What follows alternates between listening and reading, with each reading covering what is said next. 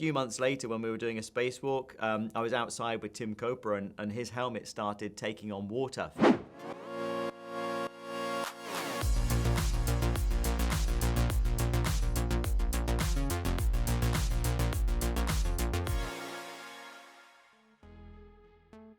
Hey Tim, how are you? I'm good, Simon. How are you? Yeah, I'm really good, thank you. Congratulations on the movie. Did you ever think you'd be in a Pixar movie? And what can you tell us about how you became involved in Lightyear? Not in a million years. It was a real bolt out of the blue, but one that I was really excited about.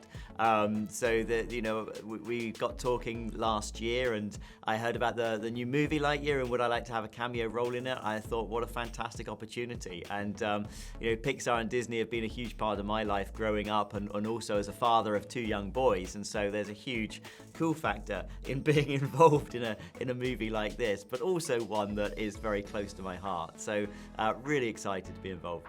Brilliant. You've got like dad brownie points. The kids are suitably impressed, I hope. Oh, absolutely. Yeah, they're coming to the premiere tonight. They can't wait. Very excited about it. Oh, brilliant. So time travel is obviously a key theme of the movie. So let's take it right back to the start with your career as an astronaut. What made you want to go into space, especially given all the risks that come with it? I think for me it was more of an incremental process because I first wanted to fly. I was a young lad who saw aircraft at air shows and just thought, wow, you know, I want to be part of that world. I want to do everything I can to fly. And I was flying before I was driving, and managed to get myself on an Air Force scholarship. I was in the cadets in an aircraft, you know, at 13, and I was very lucky to pass the medical and the tests that the Army Air Corps needed. So for me, it was that flying that was the driving passion. And every time the Army tried to pull me out of the cockpit and up the management chain, up the, you know, the desk job route, I was like, no, I want to be an instructor pilot, then a test pilot, always trying to develop myself more as a pilot. And then I realized I was at the perfect place. The opportunity arose to, you know, join the European Space Agency, and I had the right qualifications, and it was really that kind of incremental process that led to me being able to be an astronaut. And yeah, when I had that opportunity, again, I just had to grasp it with both hands. So Buzz experiences his own risks when he's traveling through space and time. What was the scariest thing that you ever experienced whilst you were traveling through space? In space, there were a couple of scary moments, if you like, where we couldn't dock the spacecraft to begin with. We were having real difficulties. We had a thruster failure. Yuri had to take manual control, and then we had a subsequent computer screen failure. And these failures were mounting up, making it very challenging just to get docked to the space station. So that was a really difficult moment, and we were very relieved that we finally managed to get on board the ISS. And then a few months later, when we were doing a spacewalk, I was outside with Tim Peake, and his helmet started taking on water, filling up with water.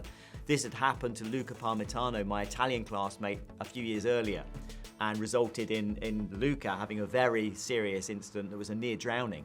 So we knew that was serious. We had to get Tim back inside quickly. And so it's amazing when that kind of thing happens, how much your training takes over, and you just remember exactly what you've been taught, and everybody just works according to the procedures, and you troubleshoot and you just work the problem, and you make sure everybody's safe at the end of the day. Wow.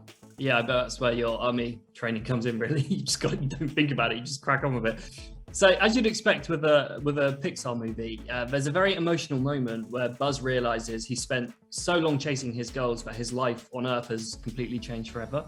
So aside from your friends and family, what was the thing that you missed the most whilst you were in space?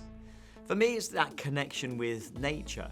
And I think that, you know, we're very sociable creatures, but we're also, you know, we're intrinsically linked with the nature of planet Earth. And when you're removed from the planet and you're living in this very artificial environment, it's artificial lighting, an artificial atmosphere, nothing changes inside the space station, and you're surrounded by technology. And you start to crave fresh air, the rain on your face, trees, the wind, and just deserts and sand and everything that planet Earth offers us in terms of our natural habitat, our natural environment. I think that's going to be the most challenging thing for the crews of the future who go off to explore Mars, is to watch Earth disappear until it's just this pinprick of light in the night sky, and saying goodbye to that place which is our home, the cradle of life in the universe, as far as we know.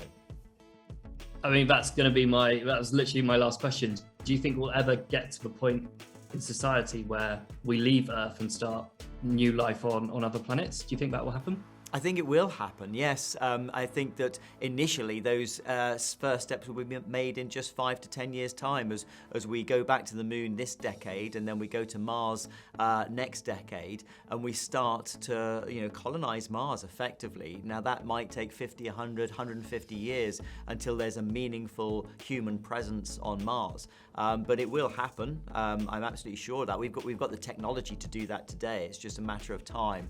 Going beyond Mars, we need something more. We need some sort of technological hurdle to get us beyond Mars, because it's a huge leap between going to Mars and, say, going to the moons of Jupiter and Saturn, which are the next really interesting places to go to. That's a long journey, so I think we need some faster propulsion systems. And this has honestly been so fascinating. Tim, thank you so much for your time. Congratulations on all your involvement with the movie. It's been so lovely to talk to you. Great talking to you too. Thank you. Hey, what's going on? I'm Kevin Hart. Hi, my name's Eric Stonestreet. Hi, I'm Margot. I'm Journey. I'm James McAvoy. I'm Daniel Radcliffe. I'm Rebel Wilson. I'm Jeremy Clarkson. I'm going to be translating some Scottish tweets for It's Gone Viral. On It's Gone Viral. Ooh, on It's Gone Viral.